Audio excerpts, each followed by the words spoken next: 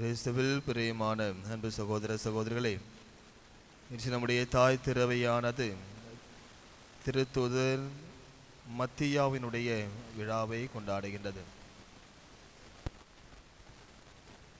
இவரை பற்றி நாம் மறைநூலில் அவ்வளவாக குறிப்புகள் எதுவும் நமக்கு கிடைக்கவில்லை. ஆனால் இன்றைய முதல் வாசகத்திலே நாம் வாசிக்கின்ற பொழுது யூதாஸ் இஸ்காரியோத்தினுடைய இடத்தை நிரப்புவதற்காக மற்ற 11 சீடர்கள் திருத்தூதர்கள் ஒன்றாக கூடியிருக்கின்றார்கள். அவருடைய அந்த திருத்தூதர்களில் ஒருவர் குறைகின்ற பொழுது அவர்களுக்குள்ளே ஒரே குழப்பம், ஒரே கலக்கம், யாரை நாம் தேர்ந்தெடுப்பது என்று அவர்களுக்குள்ளாகவே ஒரு மனக்குழப்பத்தோடு இருக்கின்ற பொழுது அவர்கள் ஒன்று கூடுகின்றார்கள். ஆண்டவரிடத்தில் வேண்டுவதற்காக யாரை நியமிக்கலாம், யாரை அடுத்த திருத்தூதராக நாம் தேர்ந்தெடுக்கலாம் என்று அவர்கள் ஒன்று கூடி ஆண்டவரிடத்திலே ஜெபித்து கொண்டிருக்கிற பொழுது அங்கே பேதுரு கூறுகின்றார், நாம் தேர்ந்தெடுக்கின்ற அந்த ஒரு திருத்தூதர் அவருக்கு ஒரு சில தகுதிகள் இருக்க வேண்டும் என்று அவர் அங்கே கூறுகின்றார். அவர் ஆண்டவர் இயேசு திருமுழுக்கை பெற்றதிலிருந்து அவர் விண்ணேற்றம் அடைந்தவரை அவருடைய நிகழ்வுகளை அவர் அறிந்திருக்க வேண்டும், அதை அவர் கண்டுகொள்ள வேண்டும். அப்படிப்பட்ட ஒரு சீடரை தான் நாம் தேர்ந்தெடுக்க வேண்டும் என்று அவர் அங்கே முன்மொழிகின்றார். ஆண்டவர் இயேசு விண்ணேற்றம் அடைகின்ற பொழுதும் அவர் திருமுழுக்கு வாங்குகின்ற பொழுதும் அவரோடு அவருக்கு வாழ்ந்த காலகட்டத்தில் இருந்த ஒரு நபராக இருக்க வேண்டும் என்று கூறுகின்ற பொழுது 2 நபர்களை அவர்கள் தேர்ந்தெடுக்கின்றார்கள். முதலாவதாக யோசேப்பு என்னக்கூடிய ஒரு நபர், இரண்டாவது நம்முடைய இன்றைய புனிதர் மத்தியா.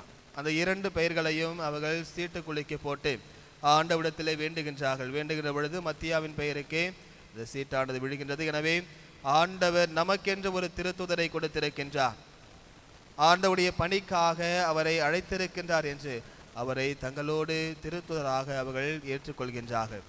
அன்பார்ந்தவர்களே, இவரை பற்றி நாம் சொல்ல வேண்டும் என்றால் அவ்வளவாக குறிப்புகள் இல்லாத பொழுதும் இவர் எருசலேமில் நற்செய்தி பணியை ஆற்றுகின்றார். அப்படி நற்செய்தி பணியை ஆற்றுகின்ற பொழுது அவர் ஆண்டவரை வார்த்தையை அறிவிக்கின்ற பொழுது அவர் வாளால் வெட்டப்பட்டு அவர் இறக்கின்றார். அவருடைய உடலானது எருசலேமிலே அடக்கம் செய்யப்பட்டதாக நாம் வரலாறானது மிகவும் குறைவான ஒரு வரலாறாக குறிப்பிடப்படுகிறது. இந்த இன்றைய நாளிலே மத்தியாவினுடைய இந்த விழாவில் நாம் என்ன கற்றுக்கொள்வது, அதுதான் முக்கியமானது. ஒருவருடைய வரலாறு எப்படி முக்கியமோ அதே போன்று அவர் வாழ்ந்த அந்த வாழ்க்கை, ஆண்டவருக்கு உகந்த வாழ்க்கை அவர் வாழ்ந்தார். அதே போன்று நாமும் அவரிடமிருந்து ஒரு பாடத்தை கற்றுக்கொள்ள வேண்டும். என்ன என்று பார்க்கின்ற பொழுது மத்தியா பல குழப்பங்களிலும் யாரை தேர்ந்தெடுக்கலாம் என்று அவர்கள் யோசிக்கின்ற பொழுது மத்தியா ஆண்டவரால் அனைத்து திருத்தூதர்கள் மூலமாக ஒரே குடும்பமாக அவர்கள் இறைவனிடம் வேண்டி அவரை பெற்றுக்கொள்கிறார்கள். நாமும் அப்படித்தான். நம்முடைய வாழ்க்கையில் எவ்வளவோ குழப்பங்கள், ஒரு மன கஷ்டங்கள், துன்பங்கள், வேதனைகள். நான் என்ன செய்வது? என்னுடைய பிள்ளைகளுக்கு திருமணமாக வேண்டும், என் பிள்ளைக்கு நல்ல ஒரு வரன் கிடைக்க வேண்டும், என் பிள்ளைக்கு நல்ல ஒரு வேலை கிடைக்க வேண்டும், என் கணவருக்கு உடல் சுகம் கிடைக்க வேண்டும், என் மனைவிக்கு நல்ல ஒரு உடல் சுகம் கிடைக்க வேண்டும், என்னுடைய பேர பிள்ளைக்கு நல்ல முறையில் படிக்க வேண்டும் என்று ஒவ்வொரு நாளும் நம்முடைய மனதிலே ஒரே குழப்பம். என்ன செய்வது என்று தெரியவில்லை. நான் இறுதி ஆண்டவிடத்திலே நான் ஒவ்வொரு நாளும் அன்றாடி கொண்டிருக்கின்றேன். அன்பார்ந்தவர்களே, நீங்கள் செய்வது அனைத்தும் சரி. அதைத்தான் ஆண்டவர் கூறுகின்றார்.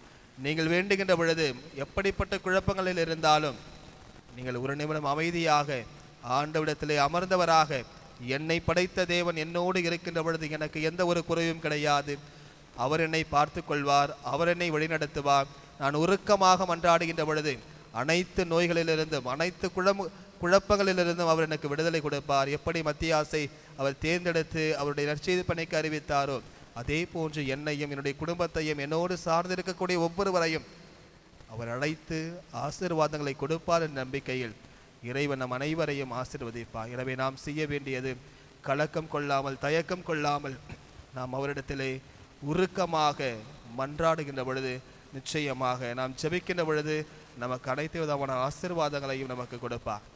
எனவே அன்பார்ந்தவளே, இன்றைய நாளிலே இந்த மத்தியாவினுடைய விழாவிலே நாம் ஆண்டவிடத்திலே நம்மையும் நம் குடும்பங்களையும் குடும்பத்தில் ஒவ்வொருவரையும் நிறைவாக ஒப்புக் கொடுப்போம். அவர்களுக்காக நாம் தனிப்பட்ட விதத்திலே இந்த திருப்பலியிலே மன்றாடுவோம்.